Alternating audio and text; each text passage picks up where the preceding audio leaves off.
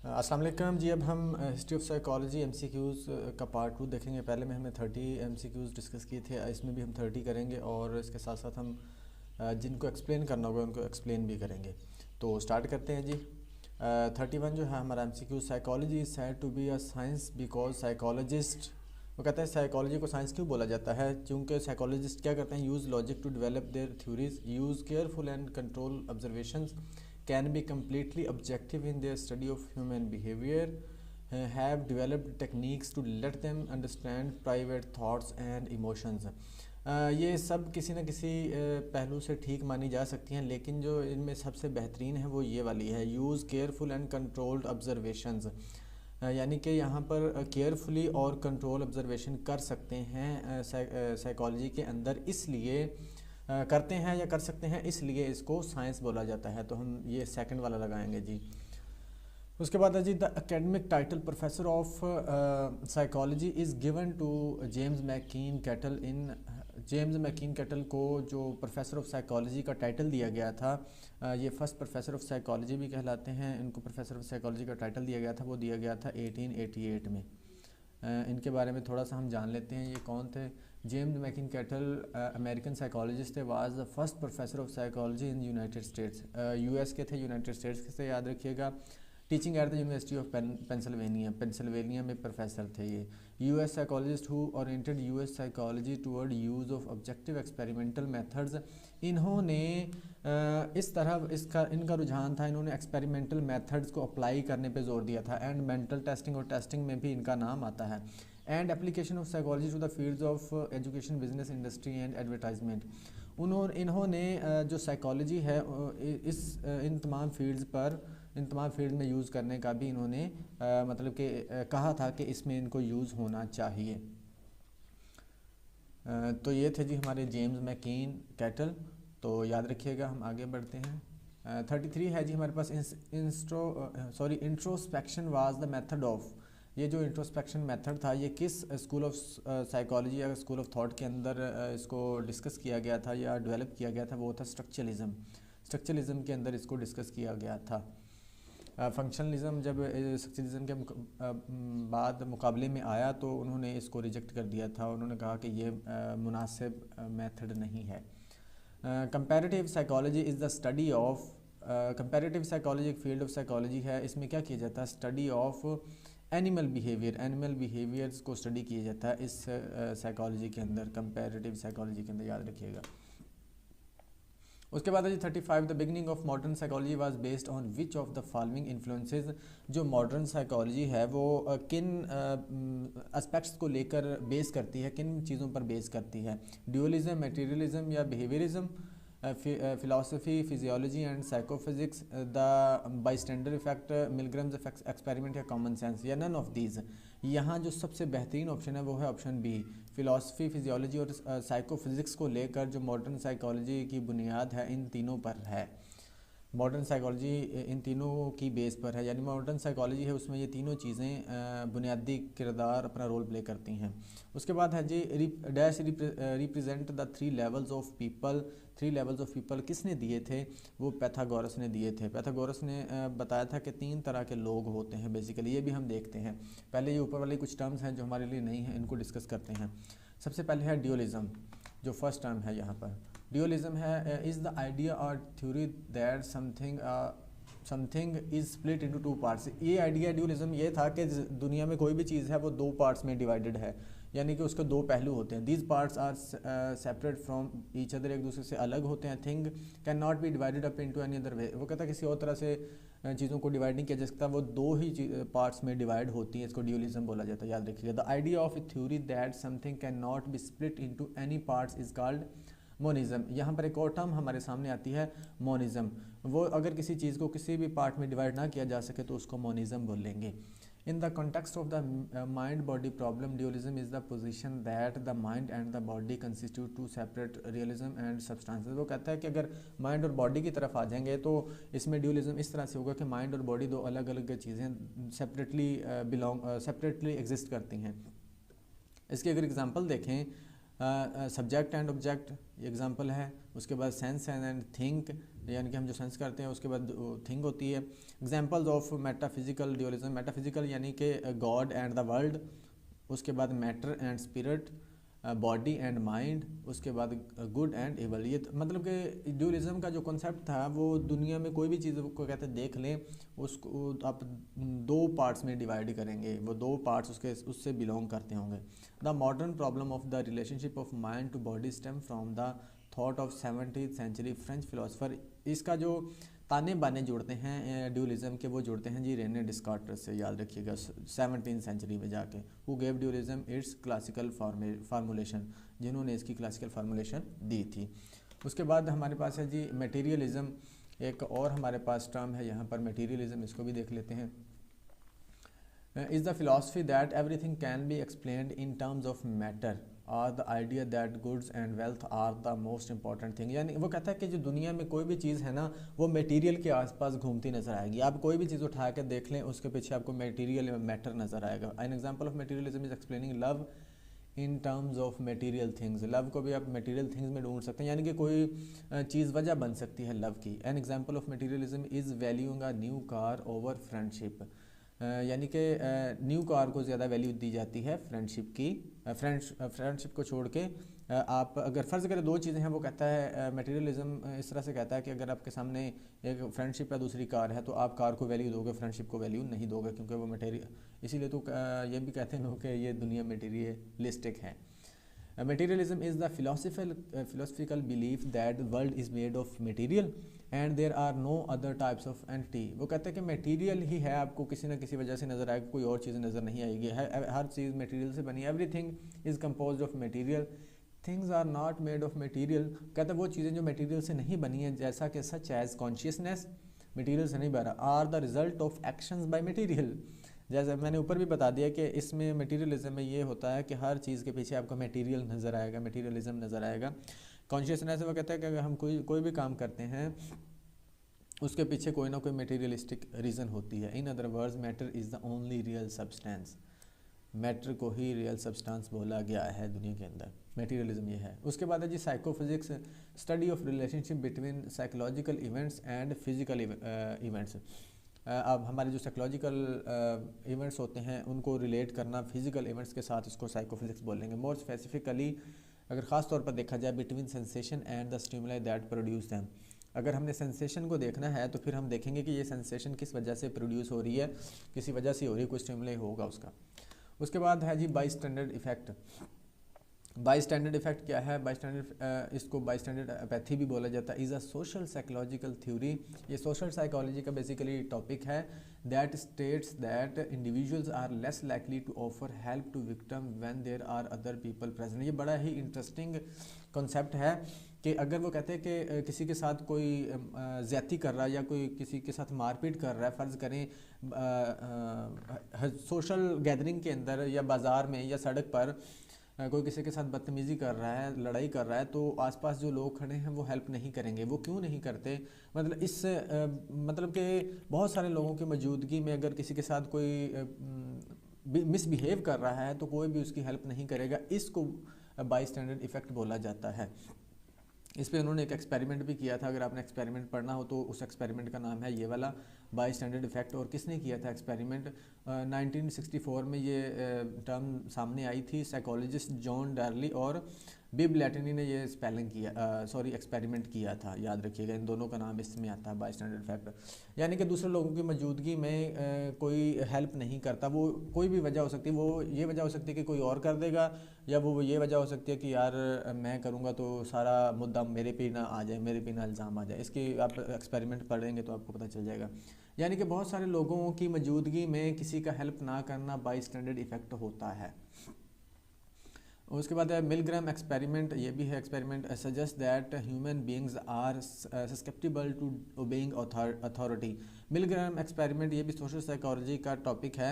इसमें ये देखा जाता है कि जो है लोग ओबे करते हैं, यानी कि कहना मानते हैं किसका? अथॉरिटी का कहना मानते हैं। But it also demonstrated that obedience is not inevitable. कहते हैं कि अथॉरिटी का कहना मानते हैं लेकिन ये लाजमी भी नहीं है। ये ऐसा बिल्कुल कतई ये भी मुमकिन नहीं है कि हर मतलब कि लाजमी ऐसा होगा कि ओबे करेंगे अथॉरिटी को लोग। हो सकता ना भी करें कुछ लोग। Milgram started his experiment in 1961, इसने 1961 में किया था। Shortly after the trial of the world war two criminal Adolf एक्टमैन हैड बिगन। 1961 में किया था, वर्ल्ड वार सेकंड के बाद, याद रखिएगा। जो बाई स्टैंडर्ड फैक्ट है वो है बहुत से लोगों की मौजूदगी में किसी का हेल्प ना करना, और ये जो है अथॉरिटी को ओबे करना। पैथागोरस ने जो बताया था 3 लेवल्स ऑफ पीपल, वो कौन से? Argue that there are 3 kinds of man, 3 तरह के लोग होते हैं। Just as there are 3 classes of strangers who come to Olympic games. जिस तरह से इसने इसको रिलेट किया था कि जिस तरह से ओलंपिक गेम्स में 3 तरह के लोग आते हैं। कौन से? जो लोएस्ट इसकी category consist of those who come to buy and sell, जो ख़रीदने या बेचने आते हैं, सबसे लो कैटेगरी। उसके बाद नेक्स्ट जो है are those who come to compete, जो कम्पीट करने के लिए आते हैं, पार्टिसिपेट करने के लिए आते हैं। और जो best of are those who simply come to look on, और जो कहते हैं इन सब में बेस्ट है वो लोग हैं जो सिर्फ देखने आते हैं। यानी कि देखने वाला ऑब्ज़र्व करता है चीज़ों को, जब ऑब्ज़र्व करता है तो बहुत सारी चीज़ें वो सीख भी लेता है। मे भी इसके पीछे ये वजह हो, ये मेरी अपनी इख्तरा है, मेरी अपना ये है पॉइंट ऑफ व्यू। द 37 है जी, the term cognition refers to predicting the future, analysis and synthesis, thinking and reasoning. जहाँ पर कॉग्निशन की बात आएगी, याद रखिएगा वहाँ पर थिंकिंग, रीजनिंग, फीलिंग, परसीविंग चीज़ें आएंगी, याद रखिएगा। तो इसका भी सी होगा। Question number 38, dash introduced in 1890s, यानी कि 1890s में इनमें से कौन सा स्कूल ऑफ थॉट इंट्रोड्यूस हुआ था? Structuralism, functionalism, psycho analysis, all of these, ये वाला आएगा जी, ऑल ऑफ दीज। ये तीनों जो स्कूल ऑफ थॉट्स हैं ये 1890s में ही डेवलप किए गए थे, इंट्रोड्यूस करवाए गए थे। कोई इनकी एग्जैक्ट डेट नहीं है, तो 1890s ही बोलेंगे इसको हम। उसके बाद है जी, बिहेवियरिज्म इज़ इंट्रोड्यूस्ड इन, जो बिहेवियरिज्म है ये 1913 में इंट्रोड्यूस करवाया गया था, डेवलप किया गया था बिहेवियरिज्म। उसके बाद gestalt psychology is introduced in, gestalt psychology 1910s में, यानी कि जो 1910 की दहाई है उसके अंदर इसको डेवलप किया गया था। उसके बाद humanistic psychology is introduced in, जो ह्यूमनिस्टिक साइकोलॉजी है ये 1950s में इसको डेवलप किया गया था। The cognitive psychology is introduced in, इसको भी 1950s में डेवलप किया गया था। कॉग्निटिव साइकोलॉजी और ह्यूमनिस्टिक साइकोलॉजी दोनों को 1950s में डेवलप किया गया था। एक जगह पे 1940, कॉग्निटिव साइकोलॉजी इसका 1956 था, 1956 था। तो ये मैंने 50s इसलिए लिख दिया कि कुछ जगह पर इनमें कंट्राडिक्शन आ रही थी, तो मैंने इसको 50s ही लिख दिया। अगर कहीं पर 50s वगैरह ना आए, ह्यूमनिस्टिक साइकोलॉजी का 94 आ जाए तो आप 94 लगा सकते हैं, इसका 1954 लगा सकते हैं, इसका 1956 लगा सकते हैं। The founder of modern day psychology and first psychologist was William Wundt. जो मॉडर्न साइकोलॉजी के जो फर्स्ट साइकोलॉजिस्ट कहलाए जाते हैं, फाउंडर वो थे हमारे पास विलियम वुंट थे जो फाउंडर थे। According to Socrates, the goal of life was the search of mission, search of truth, search of reason, search of destiny. Search of truth था जी सोक्रेटिस के मुताबिक, जो गोल ऑफ लाइफ था, हमें जो सर्च ऑफ ट्रूथ, सच की तलाश करनी होती है, तो गोल ऑफ लाइफ ये है।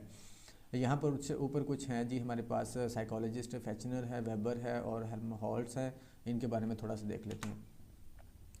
Fechner was a German psychologist born in 1801 and which applies a scientific method to the research of behavior and mind।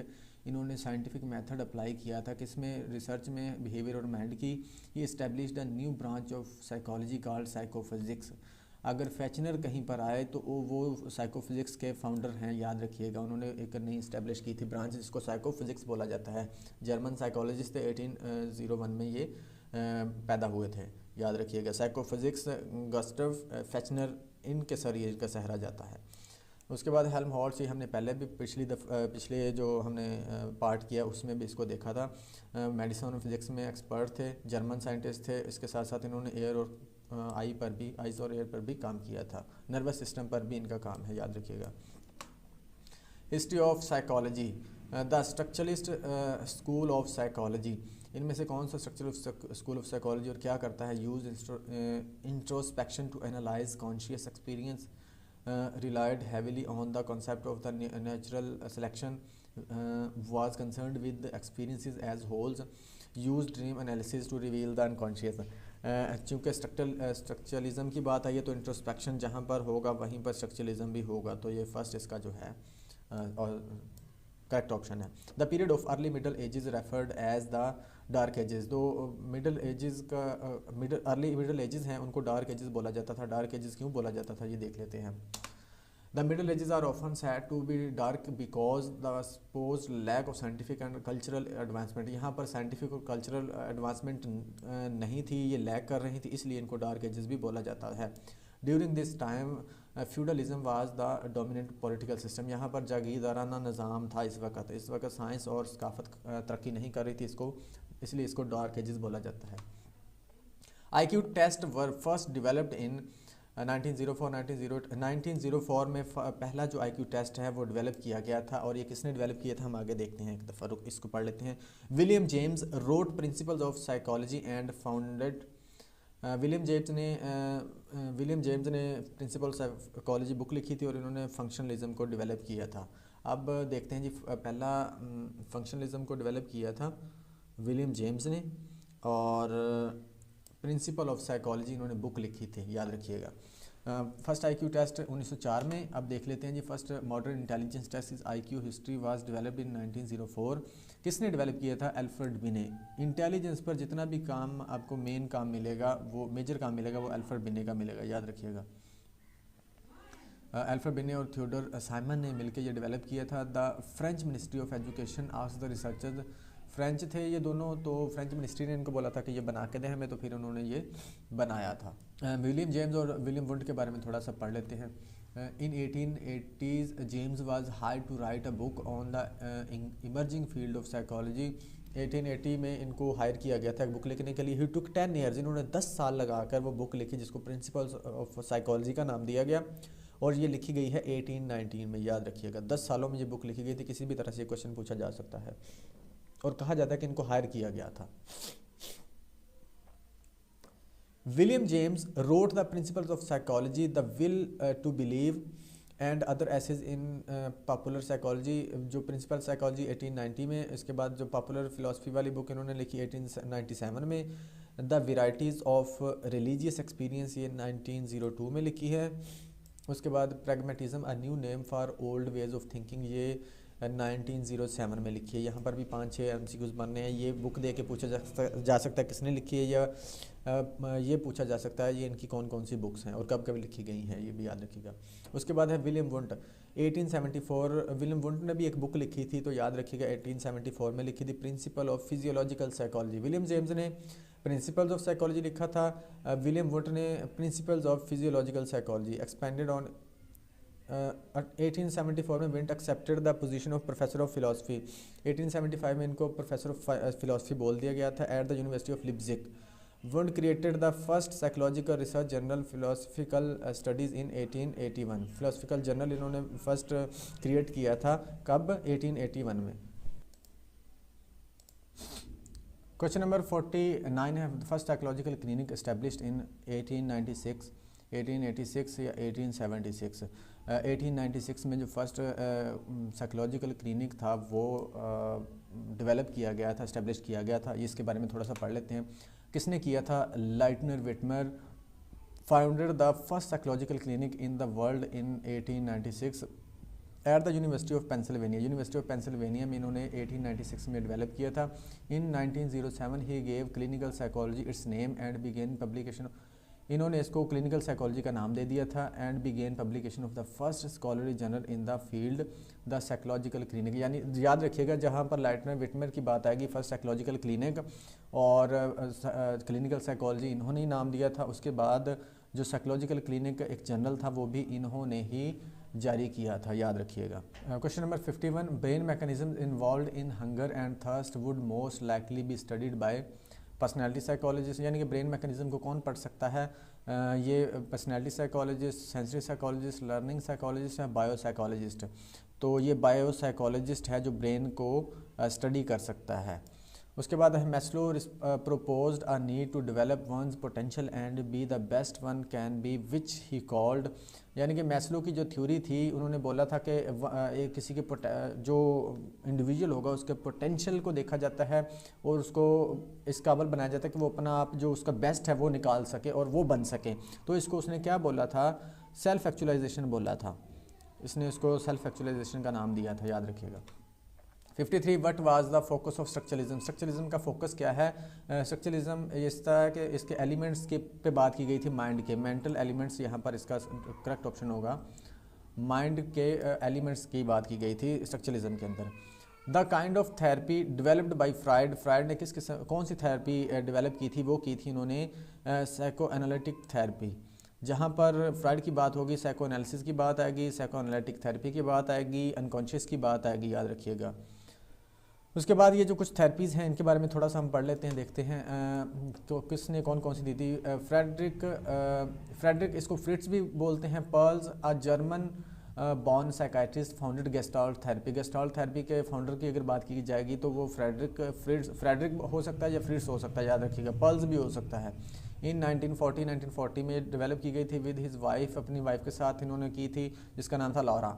Pearls was trained in traditional psychoanalysis, ये psychoanalysis basically उससे इनका ताल्लुक था, but his dissatisfaction with certain Freudian theories, Freud की कुछ theories और method वगैरह से ये एग्री नहीं करते थे, इसलिए इन्होंने अपनी एक अलहदा से थेरेपी बना दी जिसको इन्होंने गेस्टाल्ट थेरेपी का नाम दिया।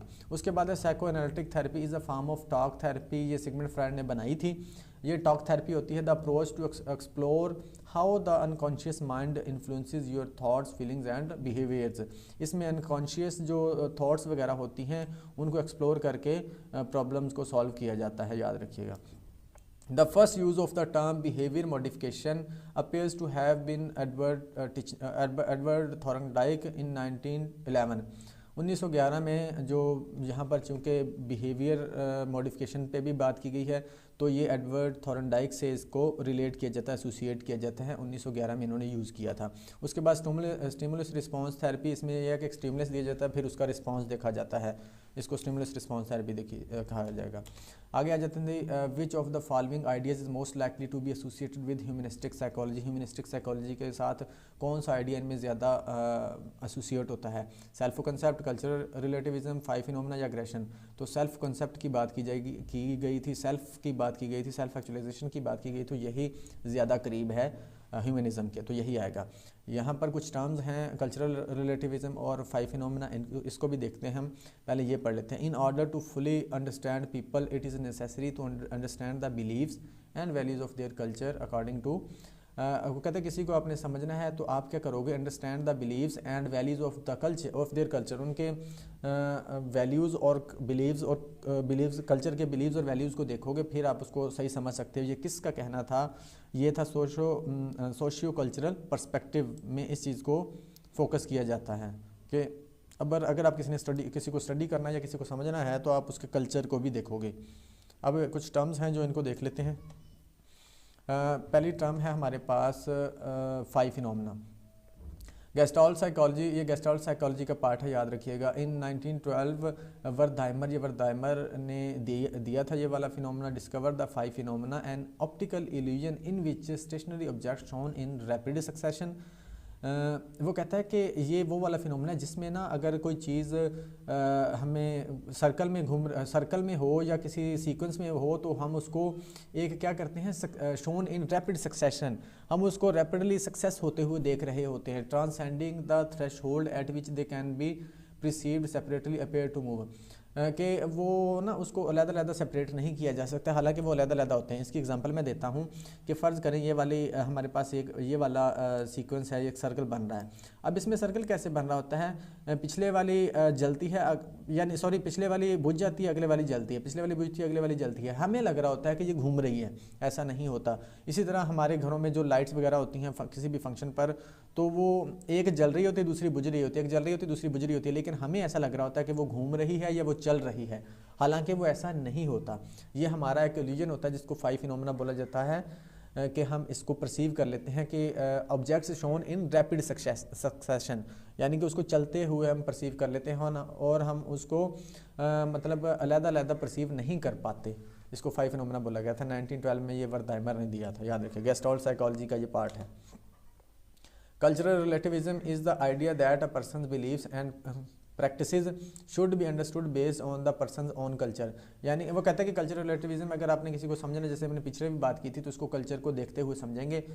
उन्होंने ये भी बात की थी कि ये नहीं हो सकता आप किसी और कल्चर को, एक कल्चर को किसी और कल्चर की वैल्यूज़ और नॉर्म्स से देखते हुए उसको जज करें। तो आप अगर किसी को जज करना है तो उसका कल्चर देख के ही जज करेंगे, याद रखिएगा। उसके बाद न्यूरो साइंस पर्सपेक्टिव भी है, पीछे दिया गया ये वाला नीचे, तो इसको भी देख लेते हैं। Neuroscience biological perspective is about the way a person is instead of believing that external factors help to shape an individual. This perspective instead believes that the internal aspect of an individual are far more important to their actions. जो neuroscience perspective है वो ये कहता है कि आप external factors को नहीं देखोगे, आप उसके इंटरनल फैक्टर्स को देखोगे, उसके ब्रेन को, उसको माइंड को देखोगे। उस वजह से मतलब वो वाली चीज़ें उसकी बिहेवियर पर किस तरह से असरअंदाज हो रही हैं, इसकी पर्सनैलिटी पर किस तरह असरअंदाज हो रही होती हैं, ये न्यूरो साइंस या बायोलॉजिकल पर्सपेक्टिव कहलाता है। यानी कि यहाँ पर एक्सटर्नल फैक्टर्स को नहीं स्टडी किया जाता। हु वाज स्ट्रक्चरलिस्ट, इनमें से कौन सा स्ट्रक्चरलिस्ट है? ये बिहेवियरिस्ट है, ये भी बिहेवियरिस्ट है। विलियम वुंट जो है स्ट्रक्चरलिस्ट हैं, और विलियम जेम्स थे फंक्शनलिस्ट, यानी कि इन्होंने फंक्शनलिज्म दिया था, इन दोनों ने बिहेवियरिज्म पे काम किया था। ये वाले हैं स्ट्रक्चरलिस्ट, विलियम वुंट। इसको किस तरह से आप याद रख सकते हैं? ये विलियम, दोनों का नाम विलियम से शुरू होता है, विलियम ही है स्टार्ट में, दूसरे एक का वुंट है, एक का जेम्स है। तो जो विलियम वुंट है वो पहले के साथ आएगा। पहले कौन सा? स्ट्रक्चरलिस्ट। ये विलियम वुंट, डब्ल्यू जो है जेम्स के बाद में आता है ना, यानी कि एबीसी में अगर हम देखें जे पहले आता है, डब्ल्यू बाद में आता है। तो आपने इसको इस तरह से एसोसिएट करना है कि स्ट्रक्चरलिस्ट जो पहला स्कूल ऑफ थॉट है उसके साथ आएगा बाद वाला, यानी कि जो एबीसी में बाद में आता है डब्ल्यू, उसके पहले के साथ बाद वाला आएगा और बाद वाले के साथ पहले वाला आएगा। जे पहले आता है एबीसी में डब्ल्यू से, तो हम कह देंगे जो बाद वाला है उसके साथ पहले वाला आएगा, यानी कि फंक्शनलिज्म के साथ जे वाला आएगा, और स्ट्रक्चरलिस्ट के साथ बाद वाला यानी कि डब्ल्यू वाला वुंट आएगा। तो मैंने तो इस तरह से याद रखा है, इसको एसोसिएट किया हुआ, मैं कभी भूला ही नहीं हूँ। पहले मैं भूल जाता था जब मैंने इसको एसोसिएट नहीं किया हुआ था।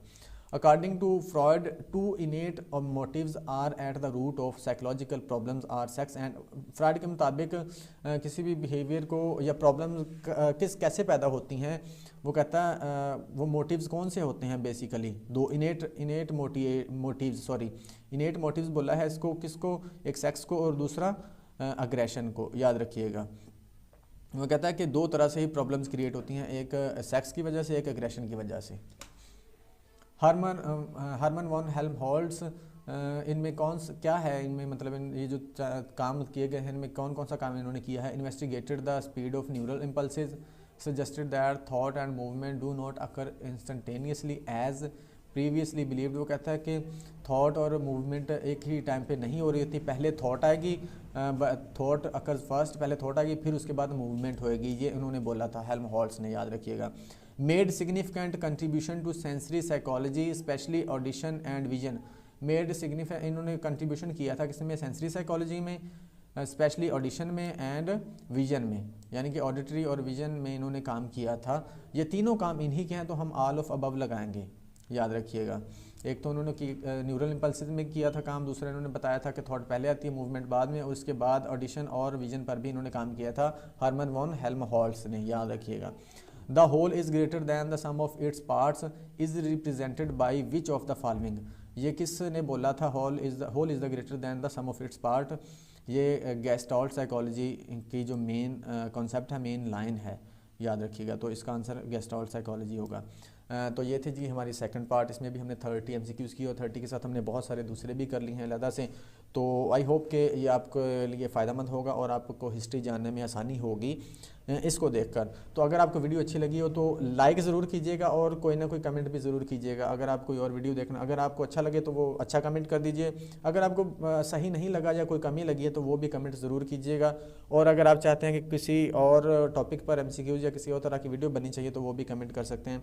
लाइक ज़रूर कीजिएगा। Thank you so much. और अगर वीडियो आपको अच्छी लगी है तो सब्सक्राइब और शेयर भी ज़रूर कीजिएगा। Thank you so much.